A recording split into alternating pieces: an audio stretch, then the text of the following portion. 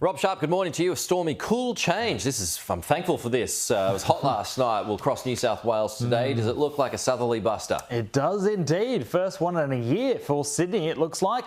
So we're going to finally see that sudden gust of wind running north along the New South Wales coast, bringing the cool change, but also thunderstorms on the change as well, and they're possibly severe today. So looking at the forecast, see plenty of wet weather, especially in the central and southern parts of New South Wales. So Canberra will see a stormy change, but it's due early afternoon. But for Sydney, it's late afternoon. And some of the storms today could potentially be severe in the red shaded regions, with heavy rain and damaging wind gusts the main concerns with today's thunderstorm activity. But you can see the heat today.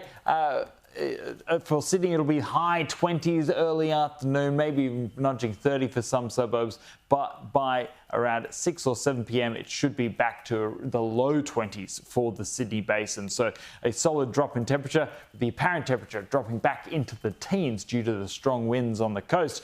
Elsewhere today, chance of a morning shower in Brisbane, some showers in tropical Queensland and storms through the north, whilst it's remaining hot in Adelaide and a bit cooler for Perth today. OK, what about tropical Queensland? How wet's it going to get, Rob? Yeah, so a fair bit of wet weather on and off through this week. So today the target is the central coast of Queensland. So Mackay has already seen more than 30 millimetres in the last 18 hours, and there's a fair bit more to come there too.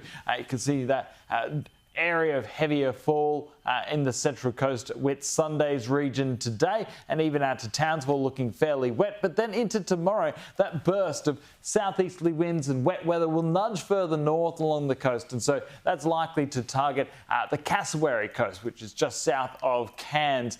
So that wet weather on an increasing trend there.